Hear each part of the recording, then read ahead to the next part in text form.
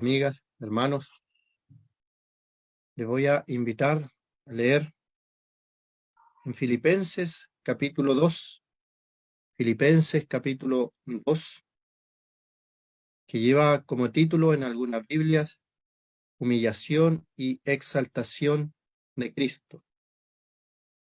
Vamos a leer el versículo 5, dice, haya pues en vosotros este mismo sentir que hubo también en Cristo Jesús, el cual, siendo en forma de Dios, no estimó el ser igual a Dios como cosa a que aferrarse, sino que se despojó a sí mismo, tomando forma de siervo, hecho semejante a los hombres, y estando en la condición de hombre, se humilló a sí mismo, haciéndose obediente hasta la muerte y muerte de cruz. Por lo cual,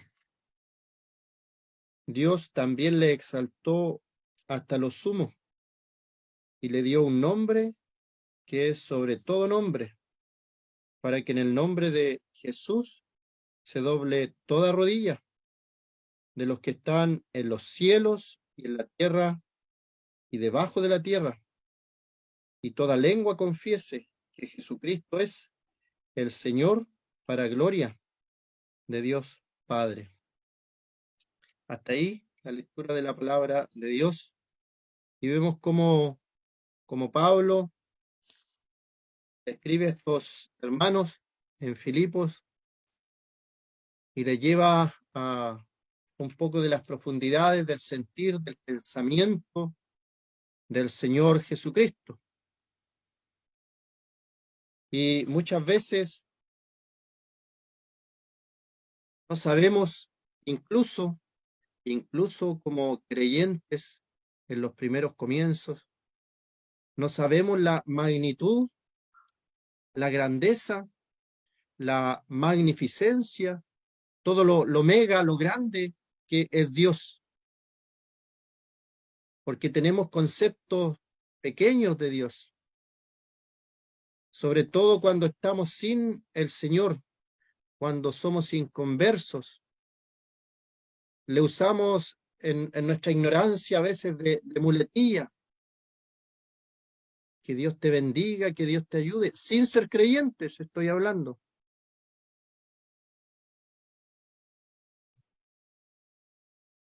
Pero cuando venimos al Señor también hay un conocimiento que tiene que ir creciendo respecto a la persona de Dios, respecto a la persona del Señor Jesucristo. Y como decía, a veces no conocemos la magnitud.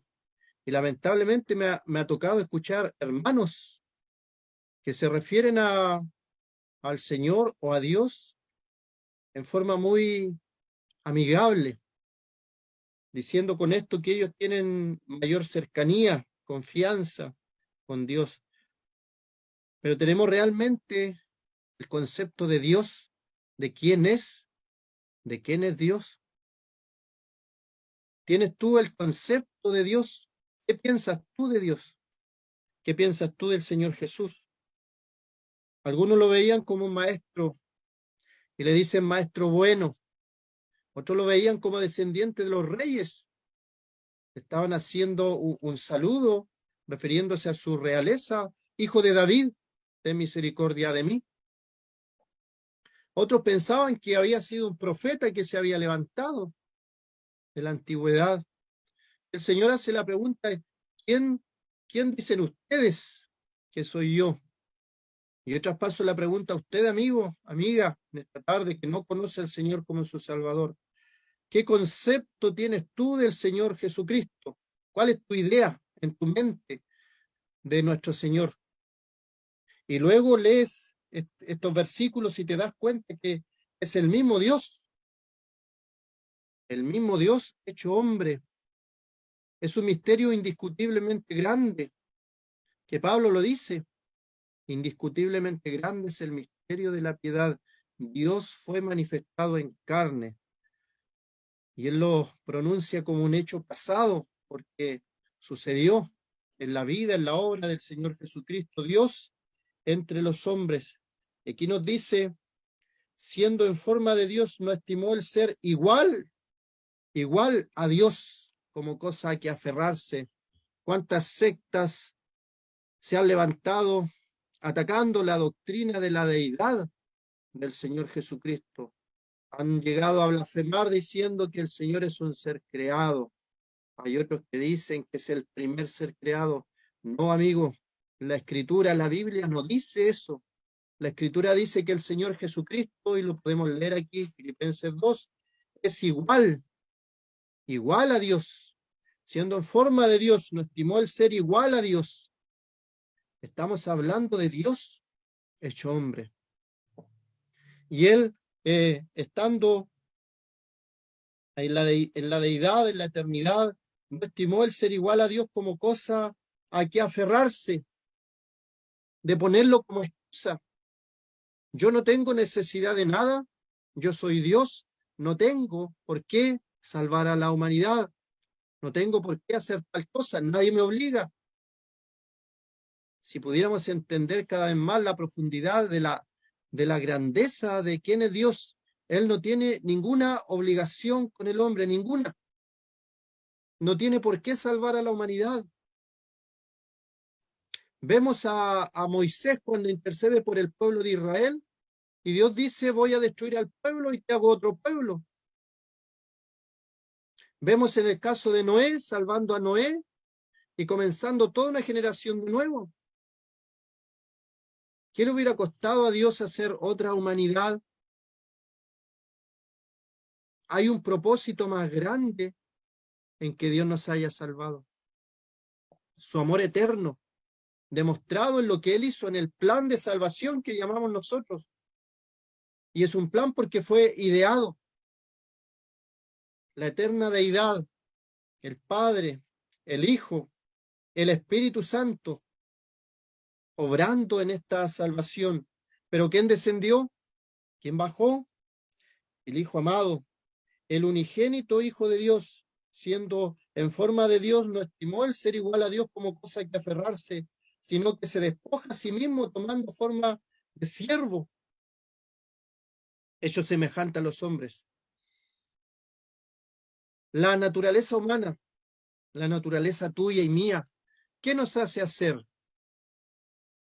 Queremos ser más, cada día más hay algo en nuestro interior que quiere más, quiere escalar, quiere subir, quiere sobresalir.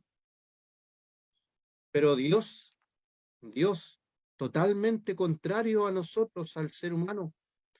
Él estando en la condición de Dios, siendo Dios, no estimó el ser igual a Dios como cosa que aferrarse, sino que se despojó a sí mismo, se despoja de todo. Dice, tomando forma de siervo, hecho semejante a los hombres, descendió, bajó, en un mundo que todos quieren sobresalir, subir, escalar, Él desciende. Si te hubieran hecho elegir a ti o a mí, ¿dónde hubiéramos nacido? Tal vez hubiéramos escogido Roma, o hubiéramos escogido un palacio, una mansión, una familia adinerada. Pero ¿dónde nació el Señor? ¿Dónde deseó nacer el Señor? ¿Dónde quiso soberanamente nacer el Señor? En un humilde pesebre, en una humilde aldea de Belén, en una provincia despreciada, Galilea de los gentiles.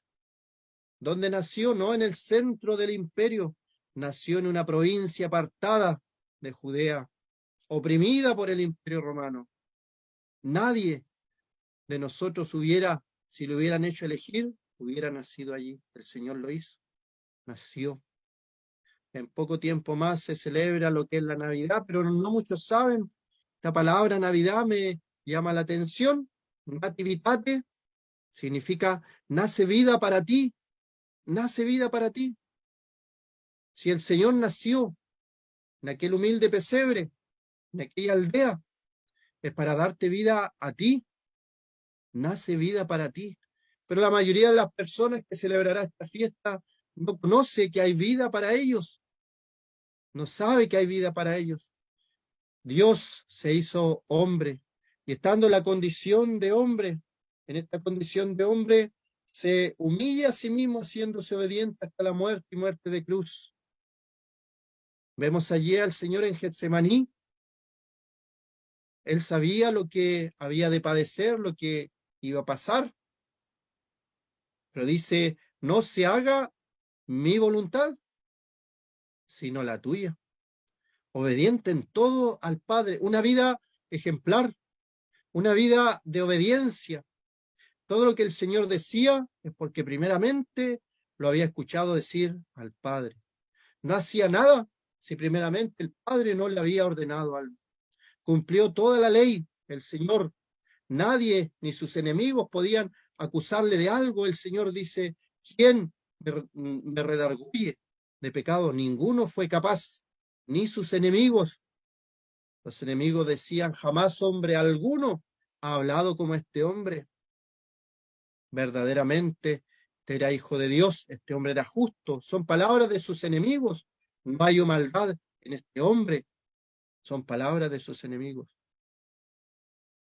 El Señor, estando en esta forma de siervo, hecho semejante a los hombres, y estando en la condición de hombre, la condición tuya y mía, pero con una excepción, Él era sin pecado, sin mancha, sin contaminación, ni siquiera un pensamiento malo, ni siquiera una palabra desviada de sus labios.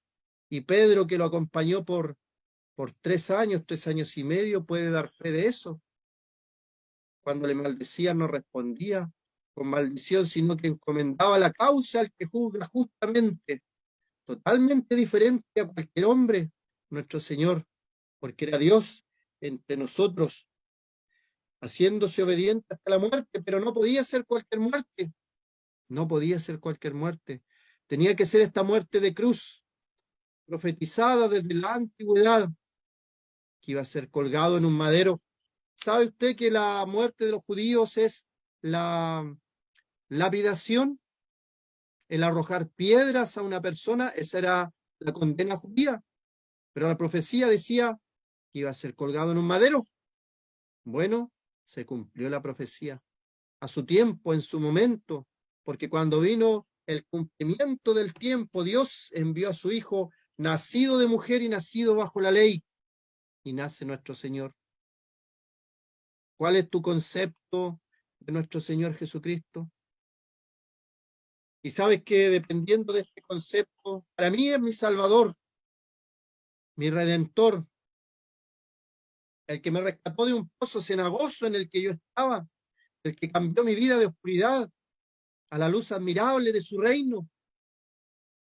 Es que le debo mucho, le debo todo al Señor. Pero ¿cuál es tu concepto? ¿Acaso lo ves como un maestro, como alguien que dejó buenas enseñanzas, como un hombre bueno? Bueno, todo eso es correcto, pero si no lo tienes como tu Salvador, te tendrás que enfrentar a Él como juez. Y hay algo interesante al final, cuando dice que delante de Él, para que en el nombre de Jesús se doble toda rodilla, dice de los que están en los cielos y en la tierra y debajo de la tierra. Lo interesante es que todos los que estamos en esta reunión tendremos que doblar nuestras rodillas al Señor.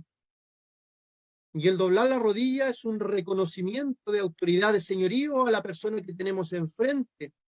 Y doblamos la rodilla frente a Él. Es una actitud que hacían los siervos frente a los reyes. Pero ¿sabes qué? Hay grupos de personas. Si tú no crees en el Señor Jesucristo como tu Salvador, tendrás que de igual manera doblar tu rodilla frente a Él, pero ya no será como tu Rey, como tu Salvador, como tu Redentor. La doblarás como un culpable delante del juez. Toda rodilla se doblará. Los que están, dice, en los cielos y en la tierra y debajo de la tierra. debajo de la tierra. ¿Sabías tú que la Escritura, cuando menciona del infierno, del Hades, siempre lo menciona abajo de la tierra, hacia abajo de la tierra? En la antigüedad, por el pecado de Israel, de unos hombres, Dios abrió la tierra y directamente fueron lanzados al Seol. Y se menciona ese lugar, no es un mito, no es cuento de abuelitas, como dijo una persona. Estamos en la ciencia, en el siglo avanzado. Yo no creo en cuentos de abuelita, me dijo alguien. No son cuentos. La Escritura lo muestra. Y si tú, en estos momentos, en esta época, en este tiempo, en este siglo, no crees en el Señor Jesucristo como tu Salvador, tu Redentor, quien puede perdonar tus pecados, tendrás que enfrentarte a Él como el juez que no acepta cohecho, que no acepta soborno, que no tendrá por inocente al culpable. ¿Qué mejor que recibir al Señor Jesucristo como Salvador personal de tu vida, como reconocerle que es Él que perdona tus pecados y esperar la venida de nuestro Señor para doblar la rodilla frente a Él con gozo, con alegría, con agradecimiento por la misericordia que Él ha mostrado hacia nosotros? Esa es la invitación que hacemos. Cree en el Señor Jesucristo, serás salvo. Que el Señor bendiga su palabra.